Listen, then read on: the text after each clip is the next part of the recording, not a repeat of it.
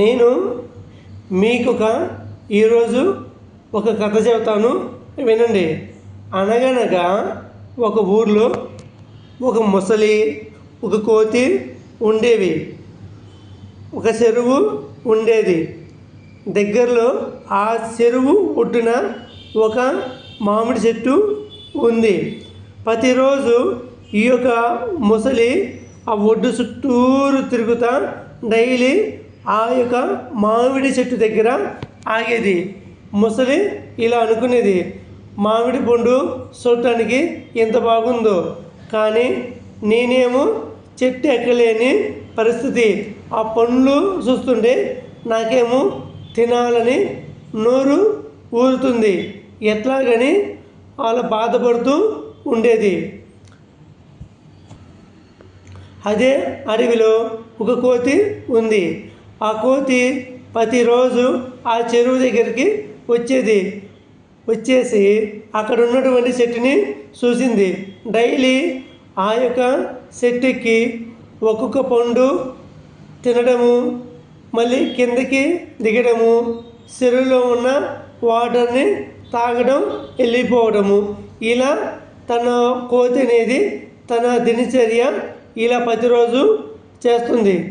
ఒకరోజు ఏమి జరిగిందంటే, ముసలి ఎప్పటిలాగే నీటిలోంచి వచ్చి ఈ యొక్క ఒడ్డున చెట్టు కింద ఉంది. కోతి వెళ్ళి ఆ చెట్టుకి ఒక పండుని కోస్తూ ఉంది. ఒక పండు జారి నీళ్ళల్లో పడింది. కోతి అలా చూస్తూ ఉంది.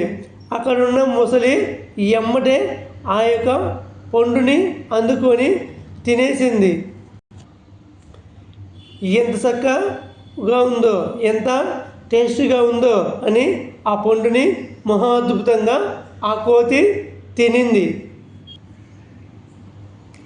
ఆ ముసలి కూడా ఆ నీళ్ళల్లో పడిపోతున్నటువంటి పండుని పట్టుకొని తినింది.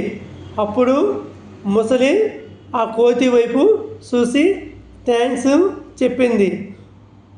ఈ కోతి కూడా ముసలికెళ్ళి చూసి కృతజ్ఞత భావం తెలిపింది.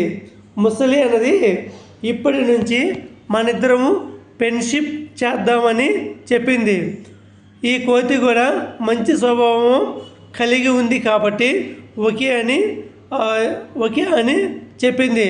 ఇలా ప్రతిరోజు ఒక సాయంత్రం పూట ముసలి ఆ ఒడ్డు నుంచి ఈ ఒడ్డుకి ఇక్కడికి రావటము, ఆ మామిడి చెట్టు కింద ఆగటము, ఆ టయానికి కోతి రావడము, కోతి ఒక కాయ తిని ఒక కాయ ముసలికి ఇవ్వడం, ఇలా ప్రతిరోజు ఇలా కొన్ని రోజులు జరిగాయి. ఒకరోజు ఈ కోతి కాయ కొస్తూ కాలు జారి ఆ ముసలి పైన పడింది. అప్పుడు ముసలి ఏం చేసిందంటే, అమ్మయ్య, ఇంతవరకు ఒక్క నాన్ వెజ్ ఇంతవరకు తినక చాలా రోజులైంది. అందువలన ఈరోజు ఒక జంతువు దొరికింది. నాన్ వెజ్ తిందామని చాలా ఎంత ఆరాట పడుతూ ఉంది. తిందామని కొంచెం ట్రై చేసింది కూడా. మొదలే అక్కడ ఉంది ఎవరు? కోతి. కోతికి ఈ మొత్తము కూడా చాలా జాగ్రత్తగా గ్రహించి అంది, ముసలి రాజా, నేను చెప్పేది ఒకటి వినండి. మీరు నన్ను తినడానికి ట్రై చేస్తున్నారు, కరెక్టే. నేను ఎక్కడికి వెళ్ళను, ఇక్కడే ఉంటాను. నేను చెప్పేది ఏంటంటే, నేను ప్రతిరోజు మీకు మామిడి పళ్ళు ఇస్తున్నాను. నేను కానీ మీరు నన్ను తింటే మీకు మామిడి పళ్ళు ఇంకా దొరకవు. అందువలన మన ఇద్దరము కలిసి నన్ను ఒడ్డుకి చేర్చండి. ఒడ్డు పక్కనే ఉంటా.